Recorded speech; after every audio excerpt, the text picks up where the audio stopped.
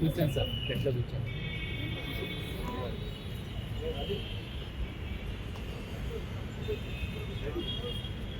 Light చూపిస్తుంది.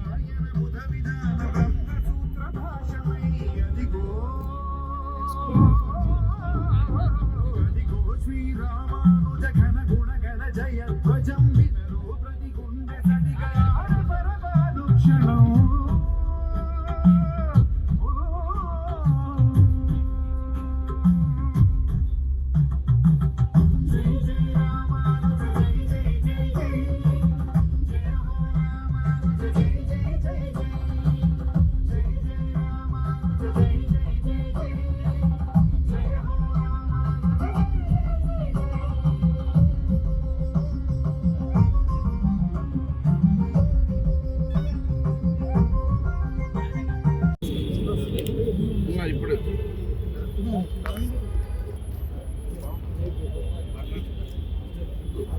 Light ఇటు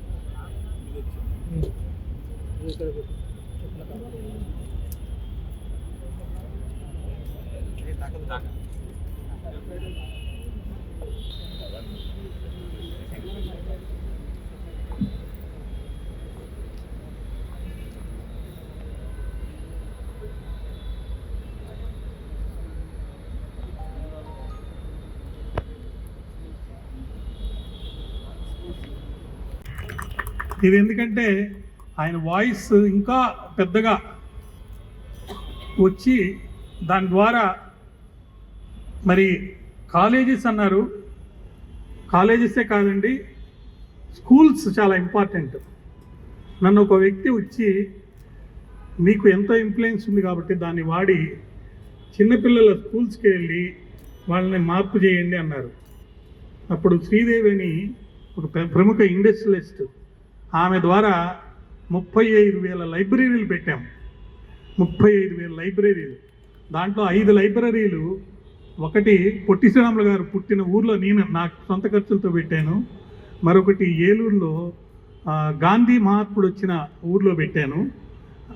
గాంధీ మహాత్ముడు వచ్చి ఆ స్కూల్ని సందర్శించారు.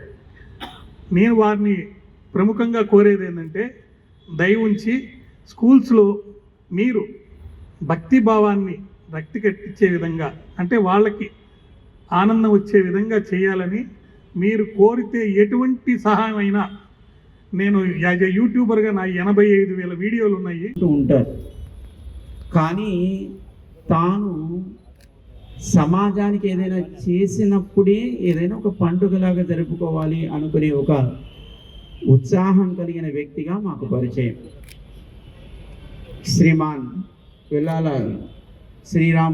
రామ్మోహన్ గారు, అలాగే మణిదీప్ గారు, వీరి ఇద్దరు కలిసి మరికొంతమంది బృందంతో బ్రాహ్మణ సేవా సమాఖ్య అనే ఒక సమితి ద్వారా ఎవరైతే అవసరం ఉన్న వాళ్ళు ఉంటారో వాళ్ళకి ప్రతి సంవత్సరం కూడా కొన్ని ల్యాప్టాప్స్ని ఇంజనీరింగ్ స్టూడెంట్స్కి వాళ్ళకి ఫ్రీగా ఇవ్వడం, అలాగే ఎవరికైతే ఆర్థికమైనటువంటి అవసరం ఉంటుందో వారికి కావాల్సిన స్కాలర్షిప్స్ లాంటివి ఇవ్వడం, అలాగే వారు విడిగా వీరు విడిగా వారి వారి సంస్థల ద్వారా సమాజంలో కొన్ని సేవా కార్యక్రమాలు చేయడం మాకు తెలుసు. ఆ సమాజ సేవ చేయడానికి వెనకాతల కారణమైనటువంటి దైవాన్ని మరింత స్పష్టంగా లోకానికి పరిచయం చెయ్యాలి అని ఈనాడు మనకి ఏది పరిచయం చేయాలన్నా ముఖ్యంగా దానికి ప్రధాన భూమికగా ఉండేటువంటి మీడియా చాలా బలమైంది. మనం వెళ్ళలేని ప్రాంతాలకి, మనం వెళ్ళలేని చోటికి కూడా వెళ్ళి దానికి ఉండేటువంటి విశిష్టతని చెప్పడంలో మీడియాకు ఉండేటువంటి గొప్పతనం మనందరికీ తెలుసు. అది మంచైనా చెడైనా సమాజంలో మీడియా ప్రభావం అనేది చాలా ఉంటుంది. ఆ మీడియాను మంచిగా ఎవరైతే దాన్ని వాడగలుగుతారో అది సమాజానికి మేలు కలుగుతుంది. మీడియాను వారి స్వార్థానికి వాడుకునే వాళ్ళు కూడా ఉన్నారు. వాళ్లకు ప్రయోజనం తప్ప సమాజానికి పెద్దగా ప్రయోజనం ఉండదు. అంతేకాకుండా సమాజానికి అప్పుడప్పుడు అది ప్రమాదాన్ని కూడా కలిగిస్తుంది.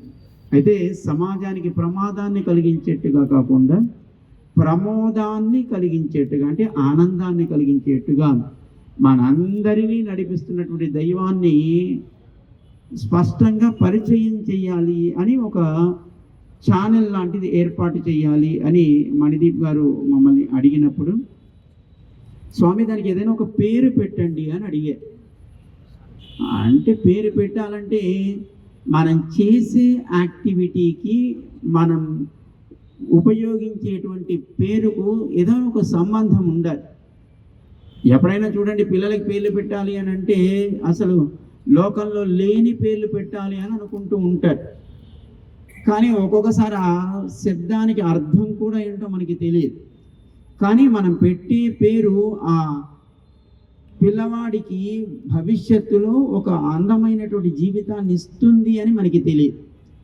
ఏదో ఒక పేరు, లోకంలో లేని పేరు, మనమే ఆ పేరుకు ఏదో ట్రెండ్ సెట్టర్ లాగా ఉండాలి అని అనుకుంటూ ఉంటారు. కానీ అది పిల్లవాడి భవిష్యత్తును లేదా శిశువు యొక్క భవిష్యత్తుని ఎంతవరకు నిర్ణయిస్తుందో మనకి తెలియకుండానే మనం అలాంటి పనులు చేస్తూ ఉంటాం. ఏదైనా ఒక కార్యక్రమం చేసేటప్పుడు ఆ కార్యక్రమానికి వెనకాతల ఉండే సంకల్పానికి తగినట్టుగా దానికి ఒక నామాన్ని, అంటే ఒక పేరును మనం పెట్టడం, ఆ పేరు మన సంకల్పాన్ని సమాజంలో అది స్పష్టంగా చూపించేట్టుగా మనం పెట్టుకోవాలి కదా. అందుకోసం పేరు పెట్టాలి అనగానే మరి ఆలోచించాలా వద్దా? సరే, నువ్వు ఎందుకు చేస్తున్నావు అని అడిగే. అంటే స్వామి, ఎన్నో ఆలయాలు ఉన్నాయి, ప్రసిద్ధమైన ఆలయాలు, ఆదరణకు నోచుకొని ఆలయాలు, భక్తులు అక్కడ అలాంటి ఒక దివ్యమైన ఆలయం ఉందని కూడా తెలియని ఆలయాలు ఎన్నో ఉన్నాయి.